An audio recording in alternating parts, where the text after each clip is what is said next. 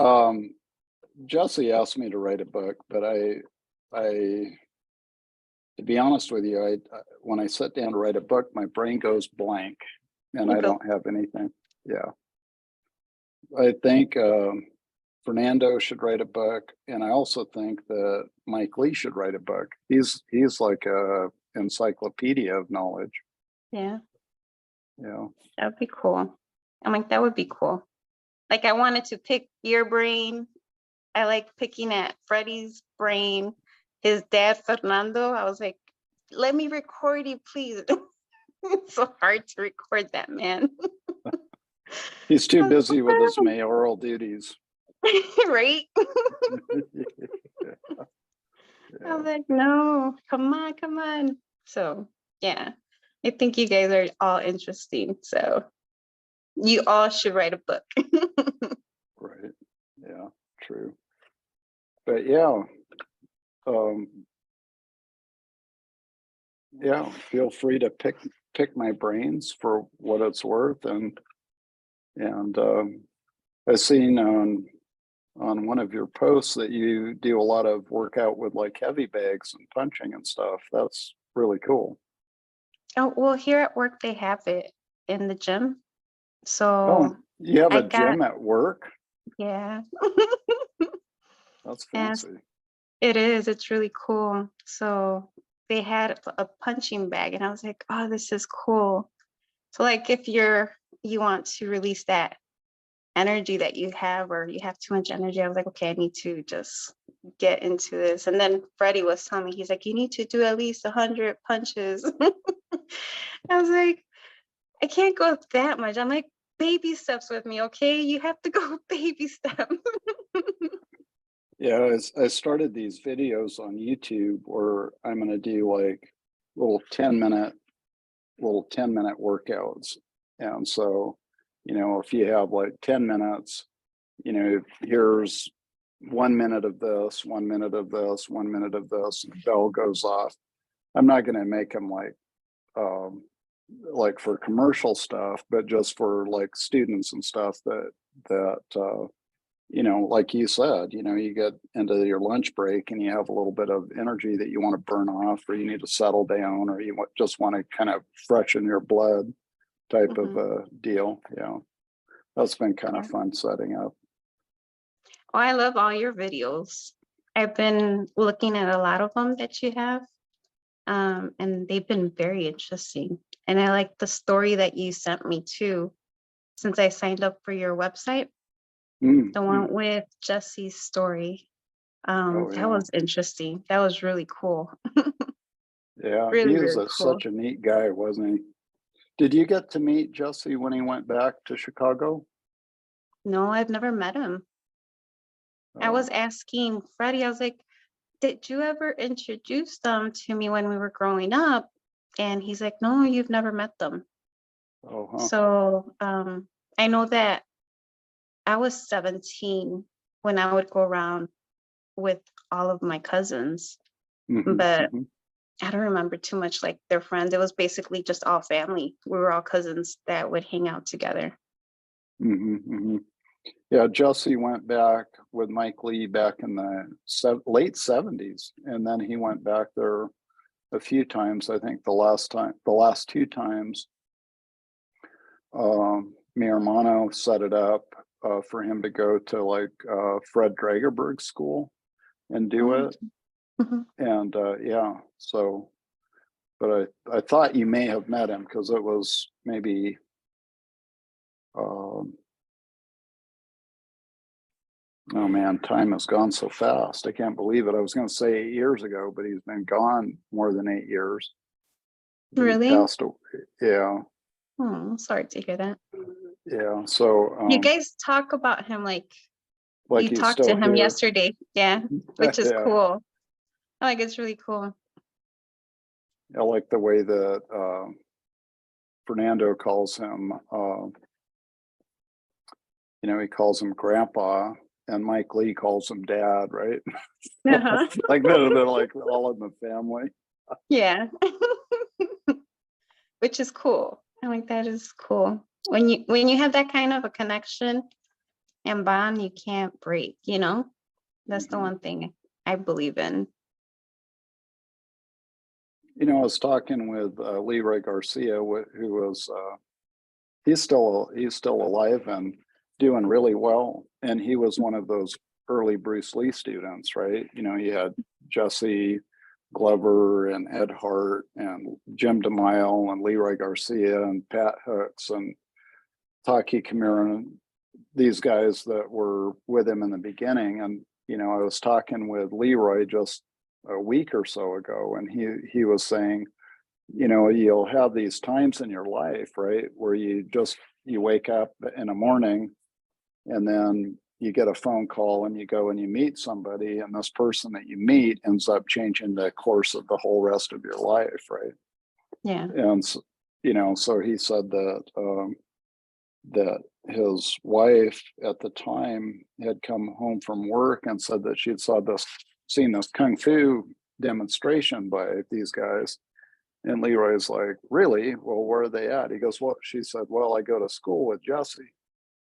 So he says, can you call Jesse and make an arrangement for me to meet him? Mhm. And so Leroy goes over there and he says, you know, hi, is this Jesse? And he goes, well, who wants to know, right? And he says, well, blah, blah, blah, blah, blah, blah. And Jesse said, oh, okay, come in. And so, you know, 15 minutes later, he's friends with Jesse, Ed Hart, Bruce Lee, Pat Hooks, and, you know, except Bruce, you know, went on and lived a different life, but all of those original people were friends for like 50 to 60 years.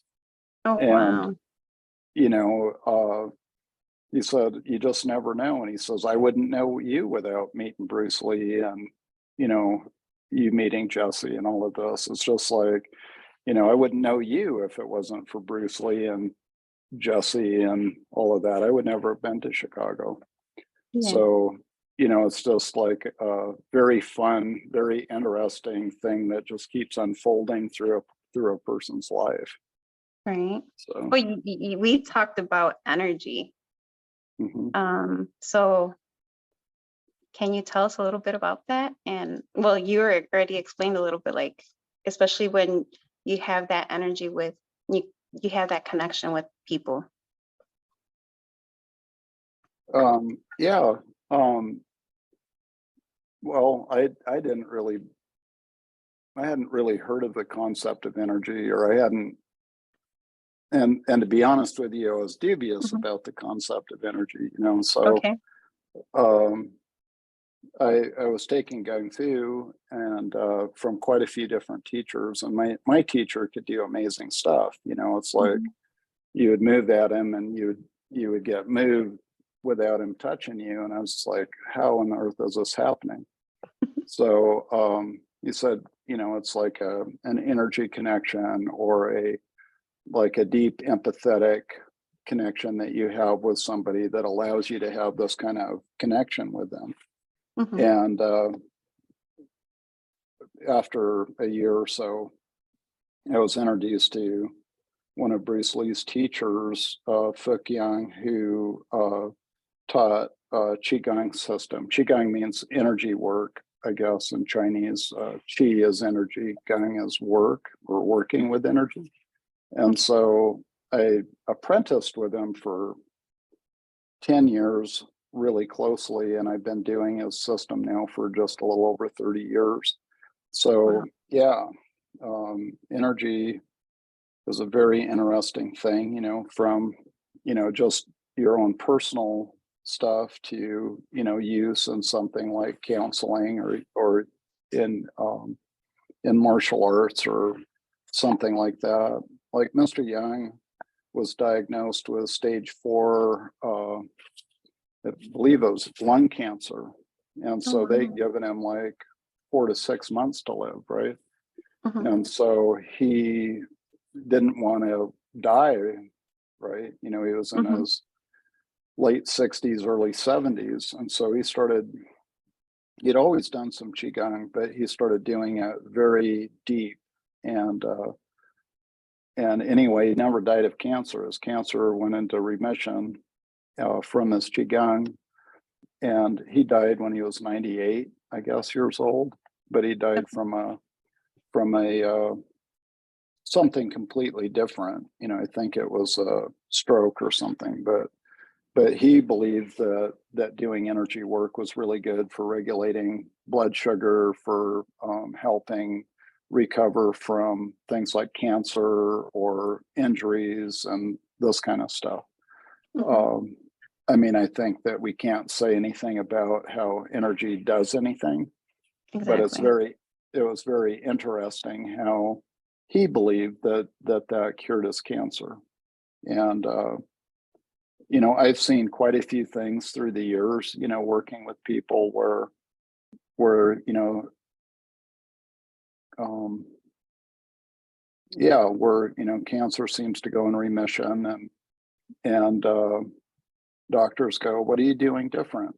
Well, you know, I'm doing Tai Chi and I'm doing Qigong. And, well, that wouldn't have anything to do with it. What is it then?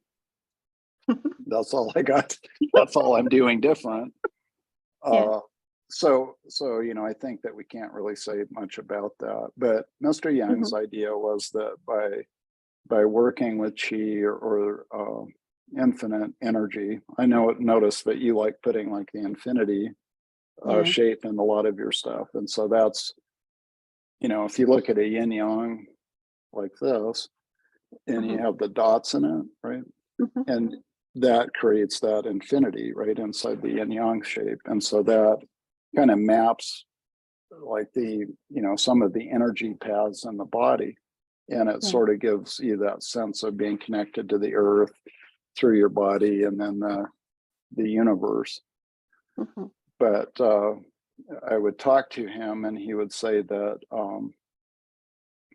that by engaging in that infinite energy, that it improves your ability to sense what another person's thinking, or have a stronger empathy with them, or a strong intuition as to like what might be bothering them or what might be hurting. Like people come in for a class or something and they'll say, "Oh, your neck is hurting," and they'll say, "Oh, how do you know this?" And it's like, you know, I just kind of got that feeling, right?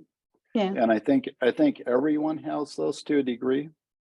And I think that by practicing these practices that it helps you get more accurate, and it helps to develop it even further. I know when you were doing the class out here in Chicago, like I felt that energy with all of you. It was amazing. And I hadn't felt like a good energy that was like that how can I explain it? It was like a big energy. I don't know how to explain it.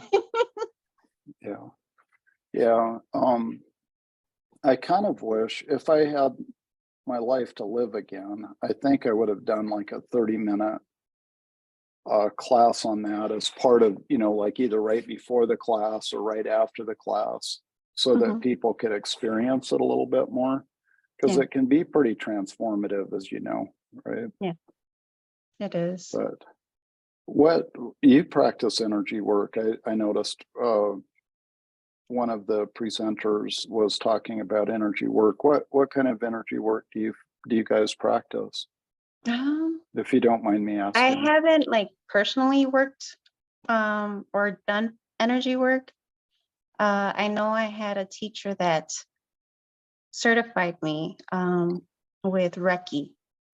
So I did read upon Reiki, but I never really practiced on anyone. I do more of the visualization part of it with light, basically, but not like, only if they allow me to. Like if people actually say yes, then I would probably like do some work, but I'm not fully certified or anything where I can say like, yes, I can do this, you know? But you have experience, you know, from what I saw, I could tell that you had experience and that you had a real strong sensitivity for it. That makes sense.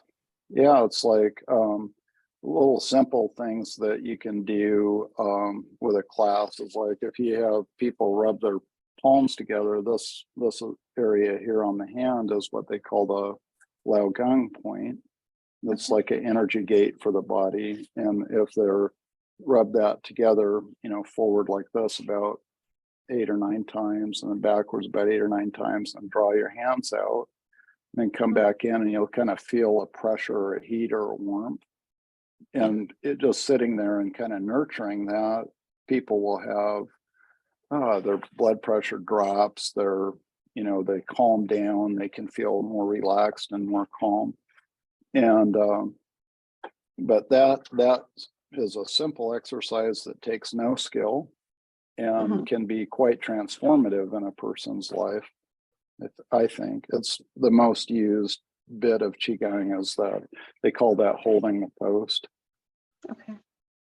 Oh, that's interesting. That's really cool. So what else do you say about energy? It's so interesting because I know when you told me about the infinity symbol, I was like, you know, it was given to me in a vision, basically, you know. So that's the only reason why I put that on my Facebook. Oh gosh. And I just like the infinity symbol a lot. And yeah, I've been using like the infinity symbol for a while too. So it's been interesting these couple of years. Right. Like in conversation, you know, like when you're talking to somebody, if I'm always talking and I'm talking and I'm talking and I'm talking, and you're listening and you're listening and you're listening, at some point I'm going to run out of things to say, and you're going to run out of patience, right? And so like if I say something and you take it in and you kind of think about it, and then you turn it around and then you give it back, and then I take it in and listen, I think about it and I give it back, and then pretty soon we end up with this kind of flow back and forth, or maybe even we start to generate with each other, and that starts to build even more dynamic conversation or more dynamic understandings of the topic that we're talking about. That's sort of an example on a small level of that. Yeah. If you run the energy, say from your, what we call the lower dantian, I don't know what you can see here, but like from my belly up through here, and this goes to your belly and up through here and back to my belly and up through here.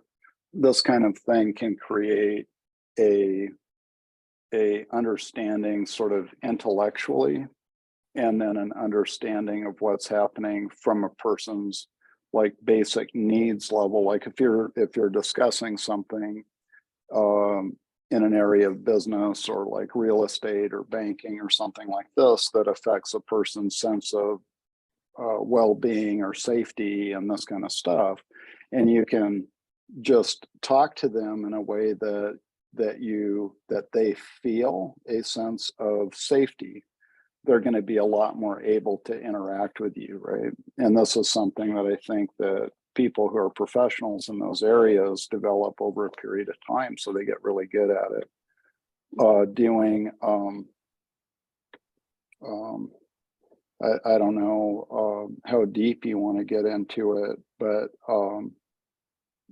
and I think in terms of like a martial art, if you have somebody who is angry at another person and they go to hit that person and the other person sort of hits them back, you have this buildup of pressure in every direction here, right? It's sort of like pow, and both people are hurt.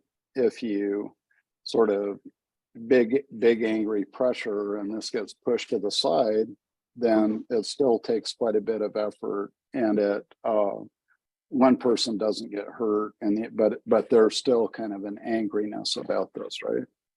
Then if you cross it at an angle and split it off, that's a little bit less of a buildup of pressure, emotion, and so on. The last way, in the way that you were given in your vision, is sort of like here comes a pressure at me, instead of parrying it or stopping it, I join with it. I take it in here. Now it comes through and now it comes back. In martial art, we call that attach, neutralize, and return the force. And so you can often, like if you need to defend yourself, I suppose you could move out of the way and hit them, or most of the time, the goal is that you're trying to stop this without it being a conflict. So, yell, yell, yell, punch, move. I'm sorry, I didn't mean to do this. Maybe we could have a tea or a coffee and discuss this, right?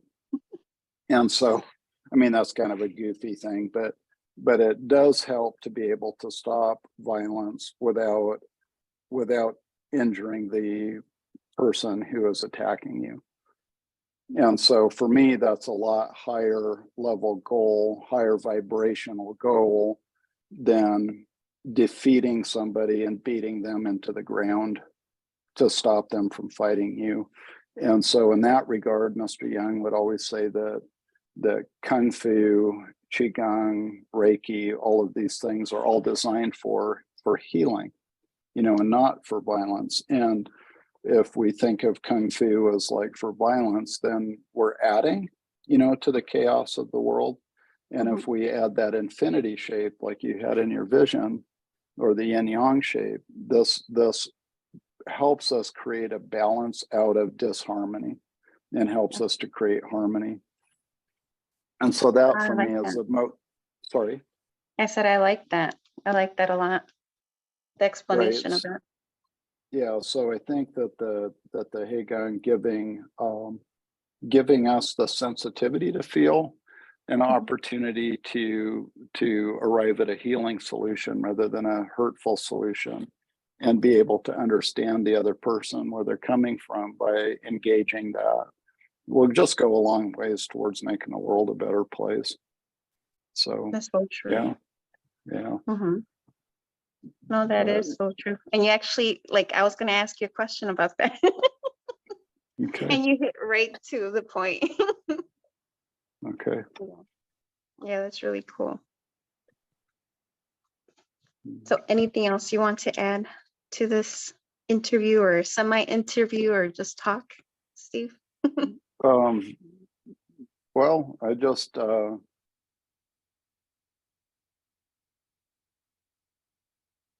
I don't know. I think that no, I think that's really the nature of life. We could go into all kinds of scenarios or all kinds of experiences, and it just all comes back to, I think that symbol, is the symbol of kind of creation, or is the symbol of regeneration, is the symbol of all the good things that come out of life. So yeah, that was neat that you had that. That's actually what I use as a symbol of my system, is that symbol of the infinity shape. And so I took a immediate liking to your philosophy. It was just like, oh, that totally makes sense. That totally fits. And it gets very complicated in one regard. You do all kinds of very sophisticated Kung Fu movements and stuff.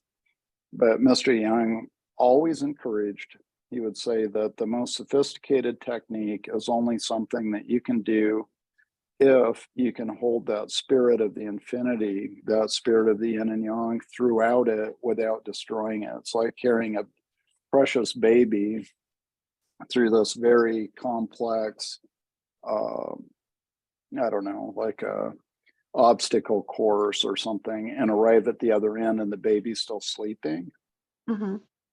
This is sort of it, right? And on the other hand, if you make it through and you look like a hero, but the baby's awake and crying, right? You've more or less jostled this baby's world, and you haven't done it in a harmonious way. So that's, I think, how he would describe it, as like, that gentleness, that sensitivity in the midst of chaos is what, will bring healing into this world. That's so true. And a lot of people aren't thinking it that way anymore. I think we need a lot of more of that, the harmony where we're supposed to be bringing in harmony to the world and starting to heal it too. Right. I believe in that a lot. Like that's a lot of my philosophies is trying to heal the world, because a lot of people are put in situations and, they feel like they can't get out of it, and they can, So, Mm-hmm. but the way you teach it is just, I don't know. It's different. It's very different, very unique. I've seen your videos. They're just amazing. Well, thank So, you. Yeah, I think that it's all done just in a study of that. I was talking to my son, and he calls it like the paradox of martial arts. It's like you see striking, elbows, all of this stuff, and it's very violent, and or it can appear very violent. It can be very violent, but when you see death, or you accept death, and you choose life for you and the other person, this takes kind of a lot of skill, and it takes a lot of love, and it takes a lot of understanding. And I don't know how to cultivate these things without sort of the yin and yang of being strong enough to stand up to what needs to be stood up to, and the sensitivity to not wake up the baby and get it to the other side safe, right? yeah. Because even the person attacking you, their life is sacred, right? Yeah. And so if I take out their life, I've saved mine, but to what benefit, right? True. But if I can turn them and say, hey, let's turn the world into a better place. This may be the first time that person's ever experienced actual love in their life, right? Yeah. And Exactly. it can be transformative. Yeah, it I can. feel. Yeah. Because you're teaching a different format. And yeah, it might look violent for me when I see it. And I experienced it. I told you in that class that you were teaching us, that I can see the actual knife, and it's just like, it's scary to me, right? Personally. Yeah. So, but at the same time, you also brought up a point where it's like, where are you going to be, in what state you have to defend yourself, but at the same time, you're not hurting that person and you're not hurting others around you as well. Right. Yeah. And I don't know. What's in my head right now, so I'll say it after what you said, is that Okay. Fook Yeung talked about, I think it's a very old saying, I don't think he made it up, but he said that we need to survive to enlightenment. And so a lot of martial arts, let's say that I'm teaching a self-defense class for maybe a lady self-defense class, and I don't have 10 years to teach these people to become very high level martial artists and become, physically incredibly fit and so on. And so the things that I might teach them will be 10 times more violent than what I would teach maybe in a class of big husky people that are willing to train for a long time, because they just need to have something that's more efficient, right? Yeah. But as the second piece is that maybe that's going to be effective for them in a theoretical sense, but let's say that those same people are very kind and caring and loving and empathetic people that could never imagine crushing somebody's throat or doing something really violent, cutting somebody, doing something violent to save their life. So it's a waste of time and error and almost traumatic, like you said, with a knife. That's scary for me personally, is the way you put it, right? Mhm. So it's this balance between what is appropriate for a person, what is something that they can fully embrace with their own sense of morality and their own sense of right and wrong and so on, right? Their own sense of purpose. So you are always adjusting as you're teaching or as you're learning.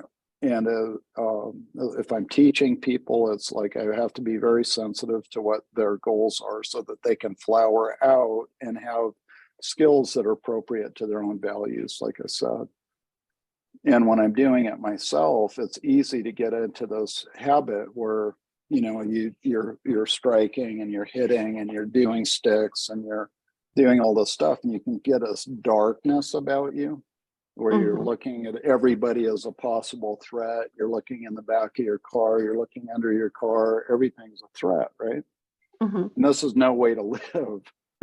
No, You not at know, all. this is no way to live. And so it's like you're spending all of your time on your figure eight, you're spending it down here in this one corner, and you're getting really out of balance, right? So you know, by going through this all the time, you're able to appropriately live in your life. Like when I was in Chicago, I didn't know what to expect. You know, I'd never been there. Big city. I'm in a tiny city. You know, lots going on. I have, you know, trust of Fernando, trust of you, where I know that you guys know the place, you know where to go, and so on. But even without that, like, I'm not going to be there going, you know, looking for every potential threat, right? Yeah. You can live inside of that infinity idea where you're just embracing life as it comes, and you get to the point where you start to just do what's appropriate in the moment without thinking. And I would say, maybe that would even be the last thing to say, is that that's why I spend so much time doing the energy work, is to be able to be appropriate all the time. You know, what is the most healing thing to do at any given moment? But yeah. Oh, I love that. Cool. Well, That is really sounds cool. cool. Sounds cool. I'll try to make up a video for you with your group for a few different exercises that would be fun for the group or fun for you or whatever, Yeah, and that would be share great. them with you. Okay. Okay. I'll Yeah, just shoot absolutely. you a file with it. Okay, that would be great. I'll Okay. send you my email. Okay, Steve, Yeah, thank you do so it. Yeah, much. do it. Okay, bye-bye. Bye. Have a great one. You too. And Bye-bye. thank you. Thank you. Bye-bye.